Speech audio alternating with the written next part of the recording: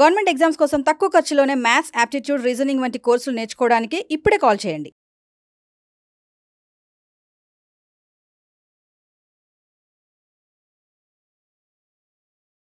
Fourth one అందరికీ అర్థమైంది కదా సార్. ఈ కాన్సెప్ట్స్ అర్థమవుతే చాలా ఈజీ. ఇది కూడా చూడండి సార్. దాని తర్వాత ఫిఫ్త్ క్వశ్చన్ చేద్దాం. Q is equivalent to P plus Q plus R by 2.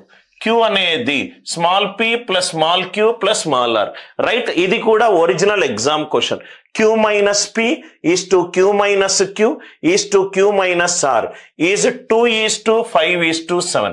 అంటే ఫస్ట్ వాల్యూ 2 అవుతే సెకండ్ 5, మూడోది 7 అవుతుంది.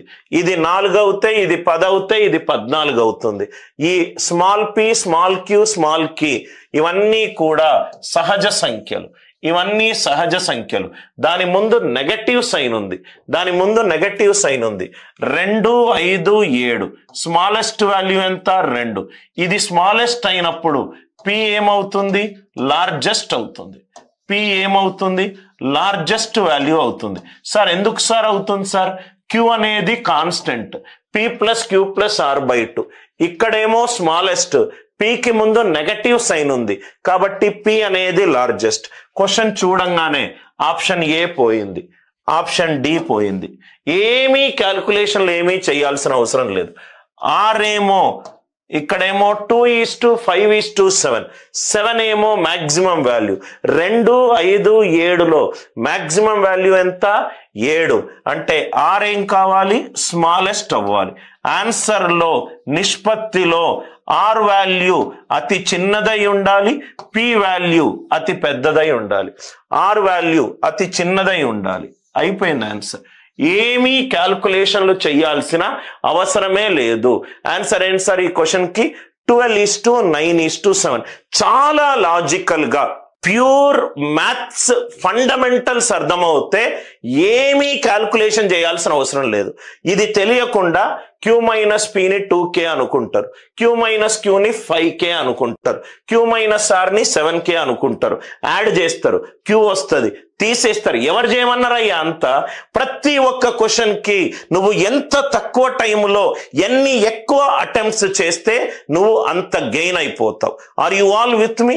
మొత్తం అన్ని క్లాసులు నేనే తీసుకుంటాను కాబట్టి మీరు తెలంగాణ DAO ప్రిపేర్ అవుతే ఆ కోర్స్ తీసుకోండి, SSC CGL ప్రిపేర్ అవుతే ఆ కోర్స్ తీసుకోండి, APSI ఎగ్జామినేషన్, రైట్. ఇప్పుడు మొన్న జరిగిన తెలంగాణ SIలో చాలా మంది స్టూడెంట్స్ కి నంబర్ ఆఫ్ అటెంప్ట్స్ మాకు చాలా తక్కువ అయ్యాయి సార్. పేపర్ అసలు డిఫికల్టే లేదు. నేను ఈరోజు మీకు అనాలిసిస్ లో ప్రిపేర్ చేస్తాను. దాన్ని చదివేటట్టు చదివితే ఫస్ట్ టైమే మనకు క్లియర్ అవుతుంది. 2:5:7. 2 అనేది స్మాలెస్ట్ కాబట్టి P అనేది లార్జెస్ట్.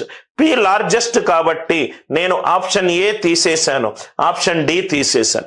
అందరికీ బేసిక్ లాజిక్ మీదనే సార్ లెక్కలు. ఇది 7 అనేది మ్యాక్సిమం కాబట్టి R అనేది మినిమం. R వాల్యూ మినిమం ఉండాలి. 12:9:7. Anil Nair's way of solving this question, right. ఇదే మోడల్ కొన్ని నెలల క్రితం కూడా నేను చెప్పాను సార్. ఇటువంటి క్వశ్చన్స్ ఉన్నప్పుడు మీరు ఇలానే ఆలోచించాలి అని.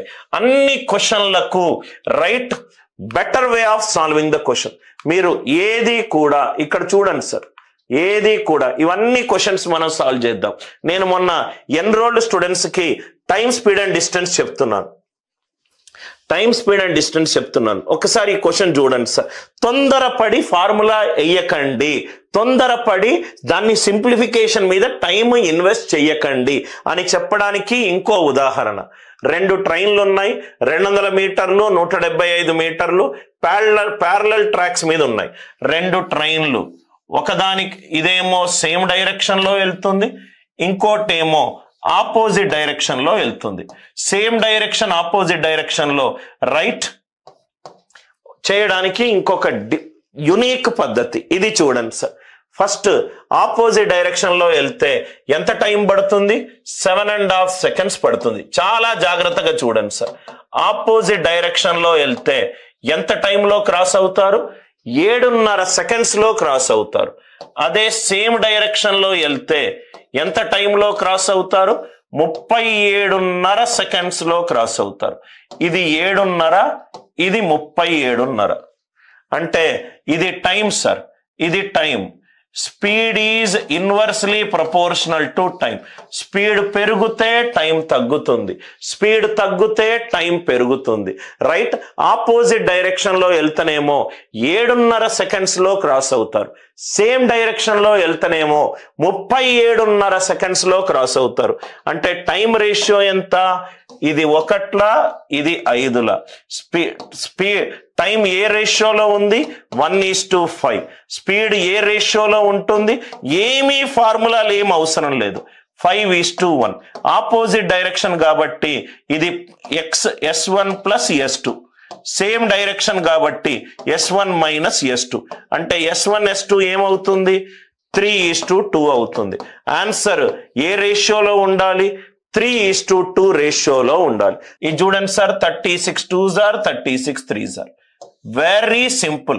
కొంచెం అలవాటు అయిపోతే మీరు చాలా ఈజీగా సెకండ్స్లలో ఈ ప్రాబ్లం సాల్వ్ చేయొచ్చు, సెకండ్స్లో ఈ ప్రాబ్లం సాల్వ్ చేయొచ్చు.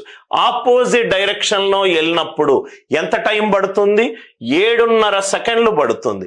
సేమ్ డైరెక్షన్లో వెళ్ళినప్పుడు ఎంత టైం పడుతుంది? 37.5 సెకండ్లు పడుతుంది. 37.5 సెకండ్లు. ఆపోజిట్ డైరెక్షన్లో పట్టే టైం 7.5 సెకండ్స్, సేమ్ డైరెక్షన్లో పట్టే టైం 37.5 సెకండ్లు. Speed and time are inversely proportional to each other. 7.5 5ల 37.5 ఏ రేషియోలో ఉంది? 1:5 రేషియోలో ఉంది. టైం 1:5 రేషియోలో ఉంటే స్పీడ్ ఏ రేషియోలో ఉంటుంది? 5:1 రేషియోలో ఉంటుంది. ఇది speed in opposite direction. Opposite direction అవుతే స్పీడ్స్ ని కూడాలి, సేమ్ డైరెక్షన్ అవుతే స్పీడ్ ని సబ్ట్రాక్ట్ చేయాలి. S1 plus S2 5, S1 minus S2 1. కూడితే S1 plus S1 2S1 6, S1 ఎంత? 3, S2 ఎంత? 2. అంటే ఆన్సర్ ఏ రేషియోలో ఉండాలి? 3:2 రేషియోలో ఉండాలి. ఇది 3:2 రేషియో కాదు. ఇది చూడంగానే 3:2 కాదని చెప్పొచ్చు. 118లో 59 అనే ప్రధాన సంఖ్య ఉంది, రైట్? 75లో లేదు. 120 and 75, 25 2s 37, 25:75 అంటే ఇది 340 ఇది 8:3 రేషియోలో ఉంది. 25 8s are 25 3s are 125 into 80. ఇది కూడా కాదు. Are you all with me? అంటే డైరెక్ట్ గా మనము ఫార్ములాలు చెయ్యకుండా లాజికల్ గా చేస్తే కూడా మనకు ఆన్సర్ వస్తుంది.